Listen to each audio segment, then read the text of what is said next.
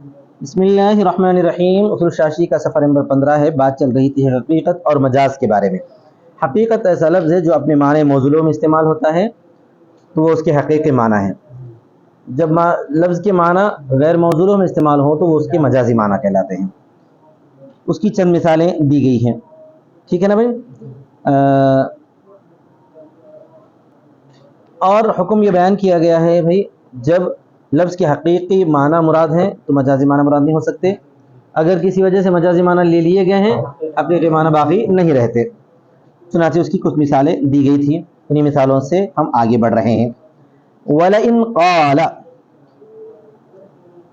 إِذَا حَلَفَ لَا يَضَعُ قَدَمَهُ فِي دَارِ فُلَانٍ يَحْنَثُ لَوْ دَخَلَهَا حَافِيًا أَوْ مُتَنَعِّلًا أَوْ رَاكِبًا وَكَذَلِكَ لَوْ حَلَفَ لَا يَسْكُنُ دَارَ فُلَانٍ يَحْنَثُ لَوْ كَانَتِ الدَّارُ مِلْكًا لِفُلَانٍ أَوْ كَانَتْ بِأُجْرَةٍ أَوْ عَارِيَةٍ وَذَلِكَ جَمْعٌ بَيْنَ الْحَقِيقَةِ وَالْمَجَازِ۔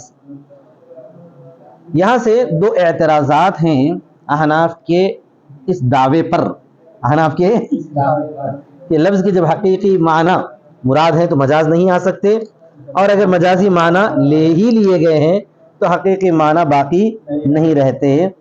اس پر جو ہے دو اعتراضات کیے جا رہے ہیں۔ ہم اولاً ان اعتراضات کو سمجھنے کی کوشش کریں گے، اس کے بعد اس کے جوابات جاننے کی فکر کریں گے۔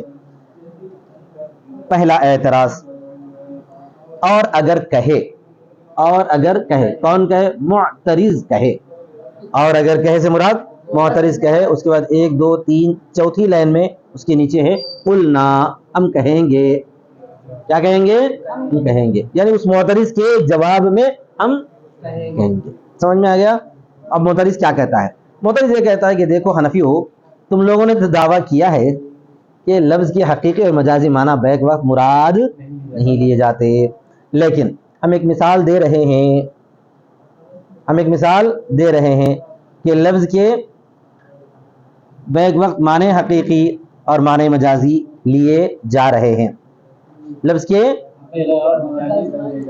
جیسا کہ مثال کے طور پر اذا حلف، اگر کہے، یعنی معترض کہے، کیا کہے یہ؟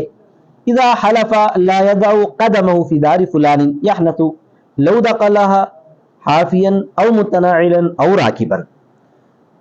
پہلے اعتراض کی دو مثالیں دی جا رہی ہیں، پہلے اعتراض کی دو مثالیں۔ اگر کسی نے قسم کھایا نہیں رکھے گا وہ اپنا قدم، نہیں رکھے گا اپنا قدم فلاں کے گھر میں، فلاں کے گھر میں، تو وہ حانث ہو جاتا ہے۔ وہ یعنی کسی نے قسم کھایا کہ فلاں کے گھر میں قدم نہیں رکھے گا تو اس کی قسم ٹوٹ جاتی ہے چند صورتوں میں۔ کون سی صورت میں؟ لو دخلها حافیا، اگر وہ اس میں داخل ہوگا ننگے پیر، او متنعلا، یا جوتا پہن کر، او راکبا، یا سوار ہو کر۔ لفظ کیا تھا؟ اس کے گھر میں قدم نہیں رکھے گا، اس کے گھر میں قدم نہیں رکھے گا، تو ہونا تو یہ چاہیے کہ اس کی قسم ٹوٹ جائے یا تو حقیقی معنی پر یا تو مجازی معنی پر۔ اگر حقیقی معنی، اب بولنے والا یہ بول رہا، اگر حقیقی معنی اس کے یہ ہوں کہ بغیر چپل کے آئے تو قسم ٹوٹ جائے گی، اگر حقیقی معنی لیے جائیں تو جواب یہ ہونا چاہیے کہ چپل پہنے بغیر قدم رکھتے ہوئے اندر داخل ہوا تو قسم ٹوٹ جانی چاہیے۔ ایک بات ہو گئی۔ اور اگر بولے نہیں نہیں یہ مراد نہیں، حقیقی معنی مراد نہیں ہے، پھر مجازی معنی مراد ہے، تو اس کا مطلب یہ ہے کہ جو ہے جوتا پہن کر آ جائیں تو قسم ٹوٹ جائے گی، یہ ہونا چاہیے تھا۔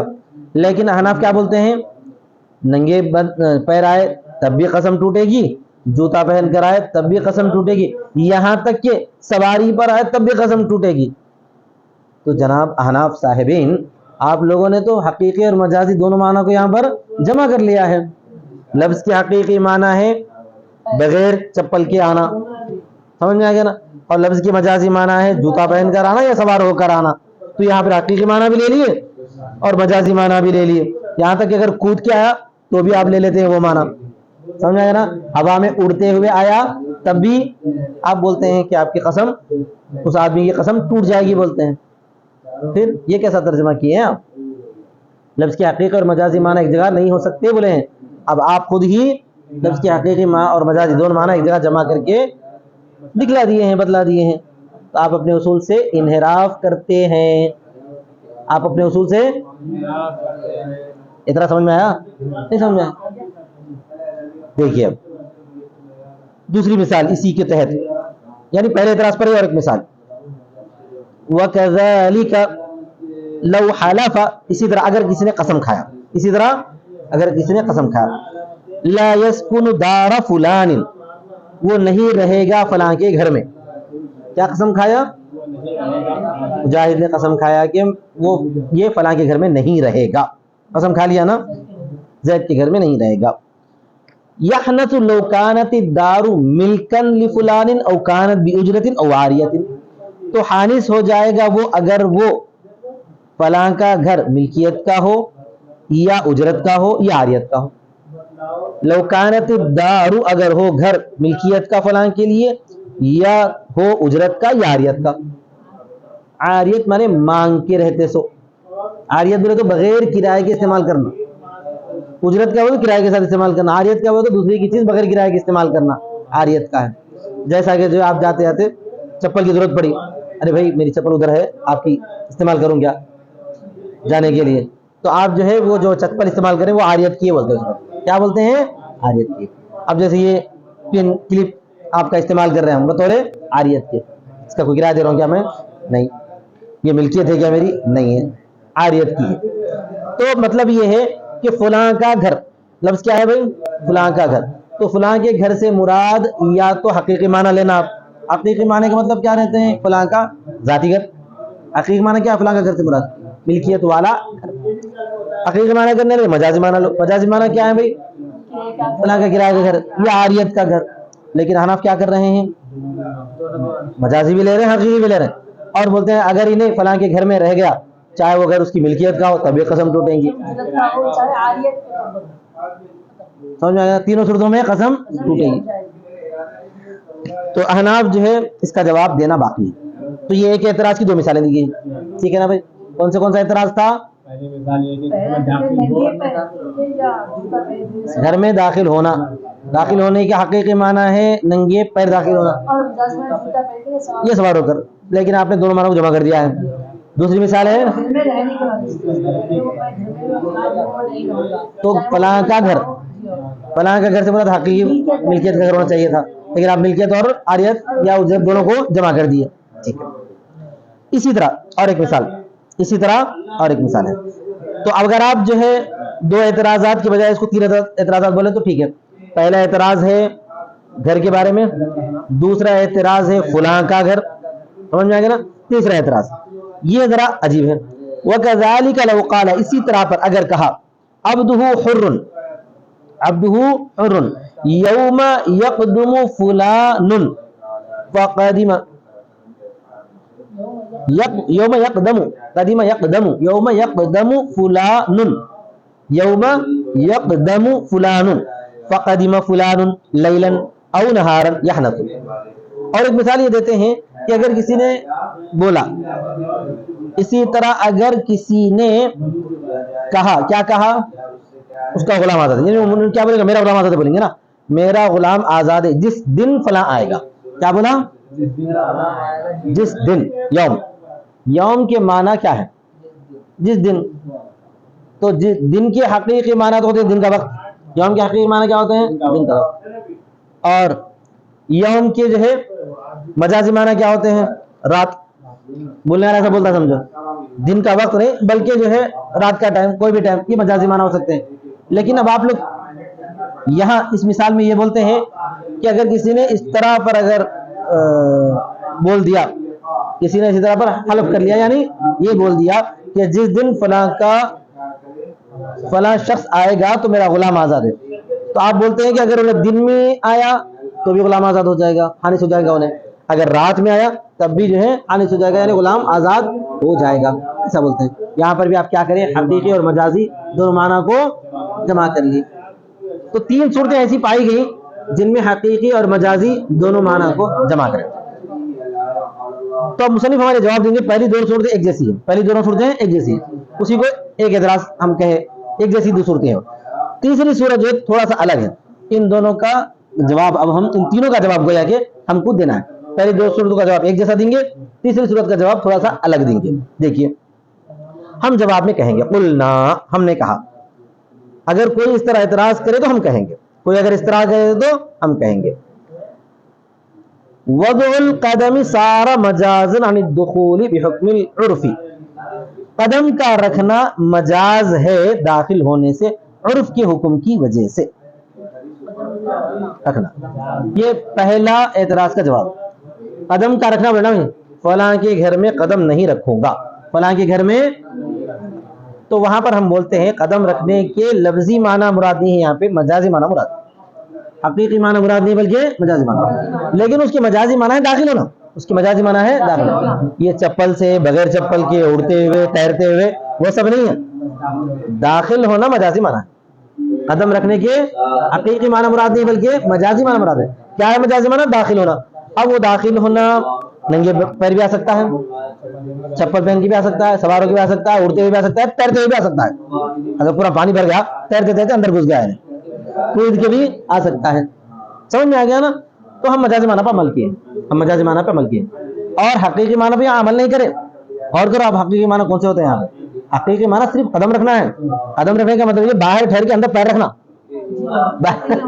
داخل نہیں ہو کے باہر ٹھہر کے کیا کرنا, دہلیز میں سے پیر اندر رکھ کے باہر آ جانا, یہ ہے قدم رکھنا حقیقی معنی. اور وہ اس معنی پہ عمل نہیں کرتے. اس معنی پہ اگر کوئی آدمی ایسی کرا خالی باہر ٹھہر کے اندر قدم رکھ کے باہر نکل گیا تو اس کی قسم ڈیڈ ڈیوٹی بولتے ہیں. انف کیا بولتے ہیں؟ ڈیڈ ڈیوٹی ہی بولتے ہیں. سمجھ میں آ گئی بات؟ تو یہاں پر جو ہے قدم رکھنے سے مراد ہم نے کون سے معنی لیے؟ مجازی معنی لیے. داخل ہونا. کیا ہے مجازی معنی؟ داخل ہونا. تو مجازی معنی کو طے کرنے میں پہلے سے احتیاط کرنا پڑتا ہے. مجازی معنی اگر طے ہو گئے ہیں تو پھر جو حقیقی معنی چھوڑ دیے گئے وہاں پر. تو ہم نے کہا قدم کا رکھنا مجاز ہے داخل ہونے سے. قدم کا رکھنا عرف کے حکم کی, عرف کے حکم سے, یعنی عرف میں قدم رکھنا مجازی معنی میں ہی استعمال ہوتا ہے. اور کیا معنی لیے جاتے ہیں؟ داخل ہونا لیے جاتے ہیں. ٹھیک ہے. والدخول لا يتفاوت في الفصلين, اور داخل ہونا دونوں فصلوں میں جدا نہیں ہو سکتا. دونوں فصلوں مطلب کیا ہے کہ آپ جو ہے ننگے پیر جاؤ یا چپل پہن کے جاؤ, سوار ہو کر جاؤ, دونوں صورتوں میں جانا ثابت ہوتا ہے. ٹھیک ہے. اس کے بعد دوسری چیز, فلاں کا گھر. فلاں کا گھر جو دوسری مثال ہے نا, کیا بولا تھا انہیں؟ فلاں کا گھر. فلاں کے گھر سے مراد ہم وہاں پر بھی جو ہے مجازی معنی ہی لیتے ہیں. فلاں کے گھر کے مجازی معنی کیا ہے بھائی؟ فلاں کا گھر, فلاں کیا رہتا ہوا گھر, جس گھر میں فلاں رہتا ہے. فلاں سے مراد کیا ہے یہاں پہ؟ فلاں رہتا ہے. زید, زید کا گھر سے مراد کیا ہے؟ زید جس گھر میں رہتا ہے. اب وہ ملکیت کے گھر میں رہتا ہو وہ بھی ہو سکتا ہے, کرائے کے گھر میں رہ سکتا وہ بھی ہے, عاریت کے گھر میں رہتا وہ بھی, کوارٹر میں رہتا وہ بھی ہے. جیسے کہ مسجد کے کوارٹر میں رہنے والے ہیں, یہ عاریت میں بھی نہیں ہونا, نوکری کے تحت لگا ہوا ہے وہ گھر. تو یہ فلاں کے گھر سے مراد کیا ہے یہاں پر؟ فلاں کے رہنے کا گھر. ترجمہ کیا کیا گیا ہے وہاں پر بھی اپن کیا لیے معنی؟ مجازی معنی لیے ہیں. فلاں کے گھر سے مراد فلاں کا رہنے والا گھر. تو سمجھ جاؤ. اور دوسری مثال میں ودار فلان صار مجازا عن دار مسکونۃ, اور فلاں کا گھر یہ مجاز ہے فلاں کا عن مسکونۃ لہو, فلاں کا مسکونہ گھر, فلاں کا جس گھر میں وہ رہتا ہے. مسکونہ مفعولہ, جس گھر میں وہ رہتا ہے. وذلك لا يتفاوت بين ان يكون ملكا له او كانت باجرة له, اور وہ جدا نہیں ہے. لا يتفاوت بولے تو, اور وہ جدا نہیں ہے اس کے درمیان کہ وہ اس کی ملکیت کا ہو یا اس کے اجرت کا ہو. تو یہاں پر جو ہے غور کرنے سے پتا چلتا ہے کہ لفظ کے ہم حقیقی معنی نہیں لیے ہیں, مجازی معنی لیے ہیں, لیکن وہ مجازی معنی اتنے بڑے ہیں کہ حقیقی معنی بھی اس کے تحت آ گیا. حقیقی معنی بھی اس کے تحت آ گیا, جس کو عمومی مجاز بولتے ہیں نا. ہاں, ہم مراد لیے مجازی معنی, ہم مراد لیے ہیں مجازی معنی, لیکن حقیقی معنی بھی اس کے اندر داخل ہوا تو ہم کیا کریں گے؟ ٹھیک ہے. تو دو صورتوں کی مثال ہو گئی نا, دو اعتراضات کا جواب ہو گیا. دونوں اعتراض کا جواب سیم ہے. سمجھ میں آ گیا نا؟ اسی وجہ سے دو اعتراض کیا بولے, ہم شروع میں ایک اعتراض بولے تھے, حقیقتاً ایک ہی تھے یہ, لیکن دو الگ الگ مثالوں کے طور پر.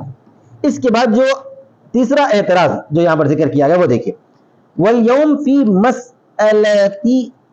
فی مسألۃ القدوم عبارۃ عن مطلق الوقت، عبارۃ عن مطلق الوقت لأن اليوم اذا اضيف الى فعل لا يمتد يكون عبارۃ عن مطلق الوقت كما عرف فكان الحنث بهذا الطريق لا بطريق الجمع بل الحقیقۃ المجاز۔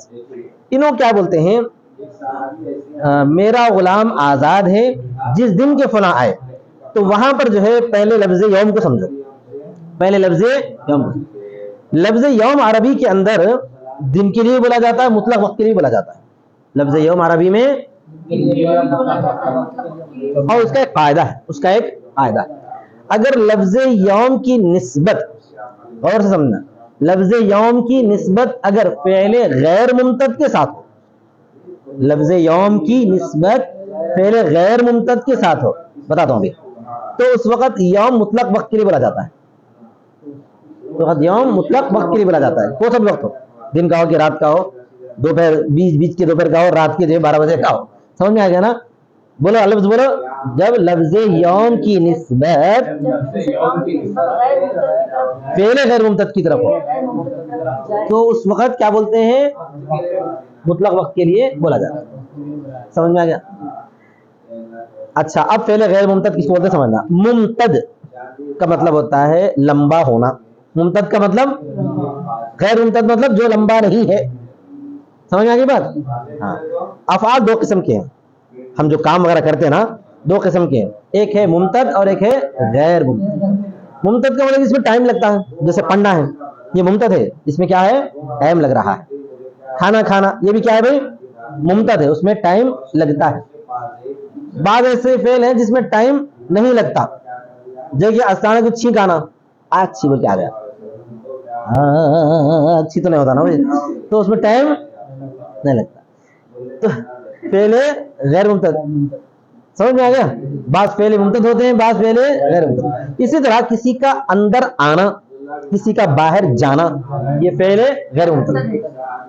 کوئی اندر آ گیا اچانک تو اس کا سلو موشن میں تو نہیں آتا، سیدھا آ جاتا، تو یہ کیا ہے، یہ فعل غیر ممتد، فعل۔ اب سمجھو یوم کا تعلق جب فعل غیر ممتد سے ہو تو اس وقت وہ ہوتا ہے وقت، تو اب انہیں جو بولا ہے کہ میرا غلام آزاد ہے جس دن کے فلاں آئے گا کا ترجمہ ہے جس وقت کے فلاں آئے گا، کیا ترجمہ ہے اس وقت اس کا، اور وقت جو ہے دن کے وقت کو بھی بولتے ہیں، رات کے وقت کو بھی بولتے ہیں۔ وہاں پر آنا چونکہ فعل غیر ممتد، بولو تو یوم کا تعلق کس سے ہوا ہے، فعل غیر ممتد کے ساتھ، تو اس وقت یوم کا ترجمہ کیا کیا جائے گا، وقت کیا جائے گا۔ تو گویا کہ اس نے یوں بولا ہے کہ میرا غلام آزاد ہے جس وقت کے فلاں گیا، جس وقت کے فلاں آئے گا، تو کس وقت آیا انہیں، رات میں آئے تب بھی غلام آزاد ہے، دن میں آئے تب بھی غلام آزاد، تو چاہے دن ہو چاہے رات ہو وہ وقت ہے نہیں ہے، سمجھ میں آ گئی بات؟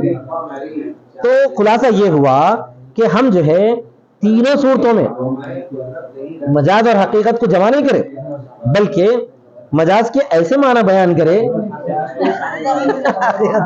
ایک جز بن کے آگے آئی، بس سمجھ گئے؟ اب دیکھیے، اور یوم آنے کے مسئلے میں، یوم نام ہے مطلق وقت سے، مراد ہے بھی بول سکتے ہیں، عبارت نام ہے بھی بول سکتے ہیں، مراد ہے مطلق وقت سے، آنا، سمجھ میں آ گیا؟ آنا نہیں، کیا ہے وہ، یوم، یوم آنے کے مسئلے میں، یوم آنے کے مسئلے میں مراد ہے مطلق وقت سے، اس لیے کہ یوم، یہ وجہ بتا رہے ہیں، اس لیے کہ یوم جب منسوب کیا جاتا ہے، اضیفہ منسوب کیا جاتا ہے الی فعل لا یمتد، فعل غیر ممتد کی طرف، فعل لا یمتد کا ترجمہ کیا کرنا ہے، ہاں یاد رکھ، ایسا فعل جو ممتد نہیں ہوتا ہے بولنے کی ضرورت نہیں، ایسا فعل غیر ممتد کی طرف، تو ہوتا ہے مراد مطلق وقت سے، تو کیا مراد ہوتا ہے، جیسا کہ مشہور ہے، مشہور ہے کا مطلب یہ کہ اہل عرب اس کو اچھی طریقے سے جانتے ہیں۔ تو فکان الحنث، ان تینوں مسائل میں حانث ہونا، پہلے مسئلے میں قسم ٹوٹنا، دوسرے مسئلے میں قسم ٹوٹنا، تیسرے مسئلے میں غلام کا آزاد ہونا، تو غلام کا آزاد ہونا بھی کیا ہے، حانث ہونا سے شرط نہیں پائے جانے کیا بولتے ہیں، حانث ہونا بولتے ہیں، تو غلام کا آزاد ہونا، تو حانث ہونا اس طریقے سے ہے، کس طریقے سے ہے، عموم مجاز کے طریقے سے، اس کو کیا بولتے ہیں عام طور پہ عموم مجاز بولتے ہیں، یعنی لفظ کے ایسے مجازی معنی بیان کرنا کہ حقیقت بھی ایک جز بن کے آ جائیں، تو نہ کہ جمع بین الحقیقت والمجاز کے طریقے پر، نہ کہ حقیقت اور مجاز کے جمع کرنے کے طریقے پر، نہ کہ تو خلاصہ کیا ہوا حنف کے حساب سے؟ حقیقت اور مجاز دو الگ الگ چیزیں ہیں، لفظ کے یا تو حقیقی معنی مراد ہوں گے یا تو مجازی معنی مراد ہوں گے۔ اگر حقیقی معنی لے رہے ہیں تو مجاز نہیں آ سکتا، مجازی معنی لے رہے ہیں تو حقیقت نہیں آ سکتا۔ لیکن اگر کہ اعتراض کیا جاتا ہے تو جواب یہ ہے کہ مجازی معنی اتنے بڑے ہوتے ہیں کہ حقیقت بھی بچہ بن کے آ جاتا ہے، تو کوئی حرج کی بات نہیں رہتی، اسی کا نام ہے عموم مجاز۔ وآخر دعوانا الحمدللہ رب العالمین۔